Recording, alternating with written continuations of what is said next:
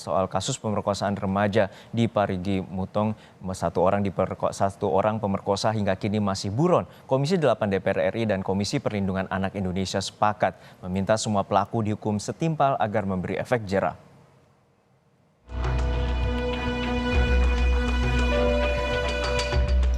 Dari 11 pelaku perkosaan remaja perempuan di Parigi Mutong, Sulawesi Tengah, polisi telah menangkap 10 pelaku.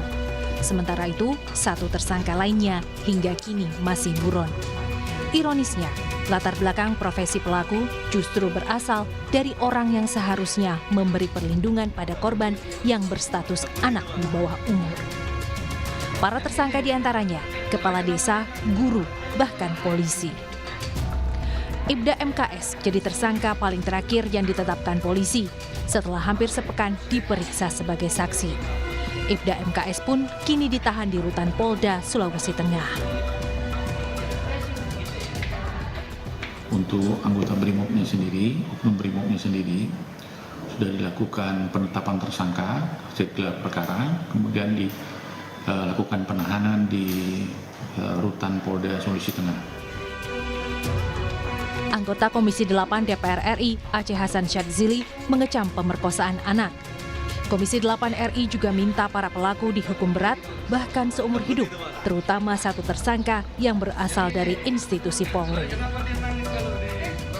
Kami Komisi 8 mengecam atas tindakan biadab tersebut dan kita minta kepada pihak penegak hukum untuk memberikan hukuman seberat-beratnya kepada 11 orang tersebut, terutama kepada salah seorang oknum penegak hukum yang melakukan tindakan tersebut ya.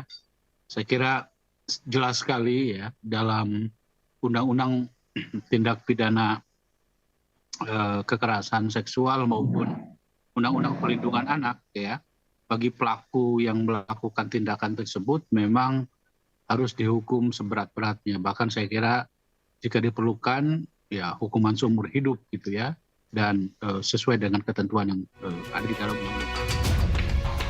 Sejalan dengan DPR, Komisi Perlindungan Anak Indonesia (KPAI) juga mendesak polisi memberikan hukuman setimpal terhadap 11 pelaku pemerkosaan. Komisi Perlindungan Anak Indonesia juga menolak keras jika kasus kekerasan seksual disebut sebagai perbuatan persetubuhan yang saling menyetujui, sehingga kasusnya bakal terlihat ringan. Yang harus dipastikan adalah situasi kekerasan terhadap anak adalah tindakan pidana. Dan ini siapapun ya, baik itu misalnya orang dewasa yang keluarganya, mau orang yang sudah berjasa terhadapnya tetapi melakukan tindakan-tindakan terutama kejahatan seksual dalam terminologi Undang-Undang 35 2014 tentang perlindungan anak, ini membutuhkan penguatan dan penegakan hukum secara optimal sehingga menimbulkan efek jera. Sementara korban perkosaan kini masih menjalani terapi pemulihan fisik maupun psikologis di Rumah Sakit Undata Palu. Dokter menyebut ada tumor di rahim korban kurang lebih 6 cm. Dokter menambahkan masih akan ada pemeriksaan lanjutan di Rumah Sakit Polda, Sulawesi Tengah. Hasilnya akan menentukan tindakan medis lanjutan kepada korban.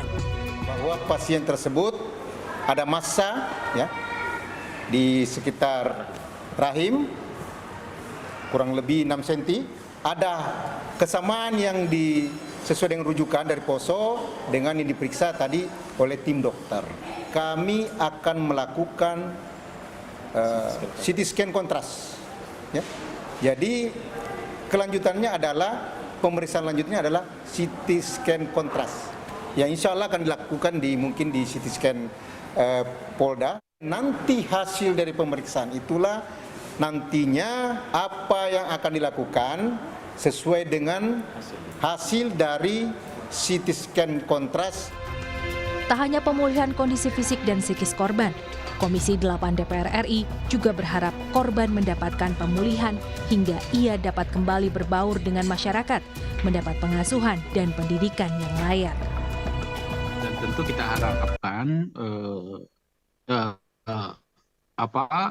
kondisi psikologis dari korban bisa dipulihkan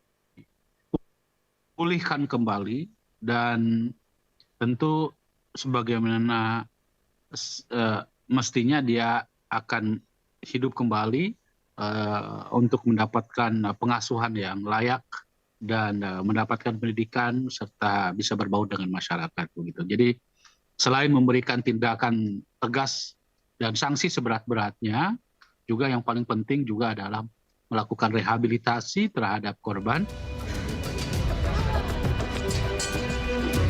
Kasus ini menyita perhatian karena polisi sempat menggunakan diksi persetubuhan anak, bukan pemerkosaan, dengan alasan tidak ada unsur paksaan pada korban. Tim Liputan, Kompas TV.